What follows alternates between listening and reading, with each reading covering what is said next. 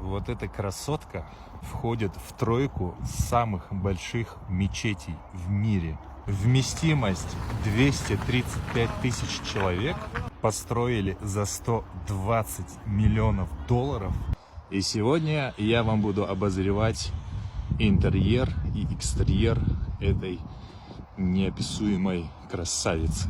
Входная дверь мечети самых высоких деревянных дверей в мире. Готовлена вручную из твердой древесины и рока, произрастающей в тропической Африке.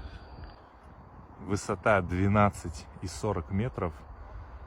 И весит эта дверь 1,5 тонны. Мечеть имеет 4 минарета. Первый, второй, третий, четвертый.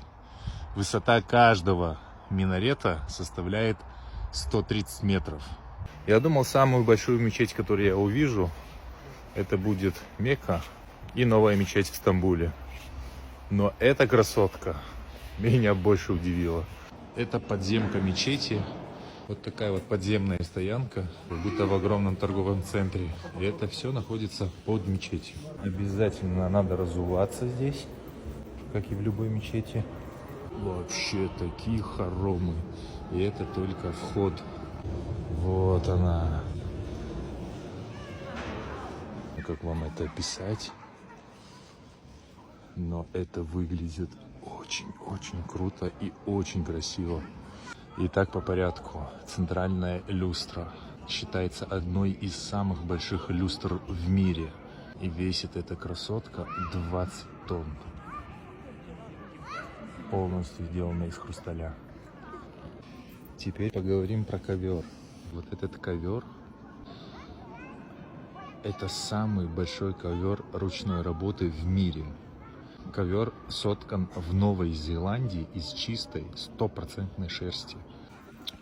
И когда вы ходите, скажу я вам, это прям чувствуется. А теперь то, от чего вы все будете шокированы.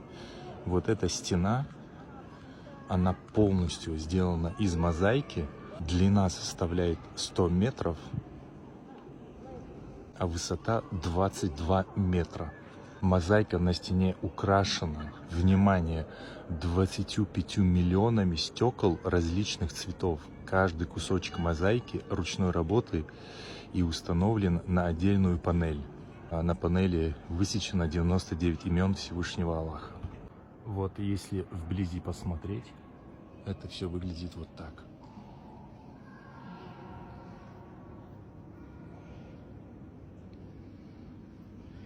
Для сравнения, человек идет. Строили эту мечеть 3 года.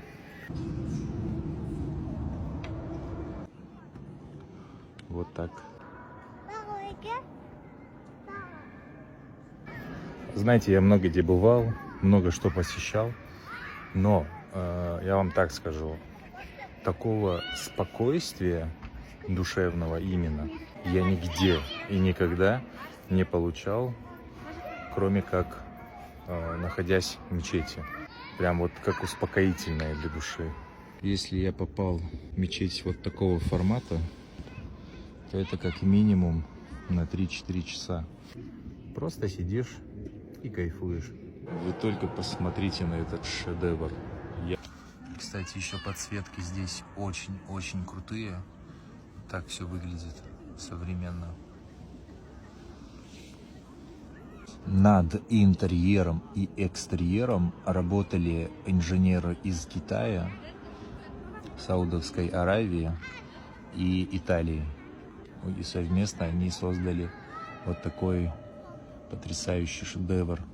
Вот я второй час сижу на этом месте, и, честно говоря, мне не хочется ни есть, ни спать, ничего не хочется.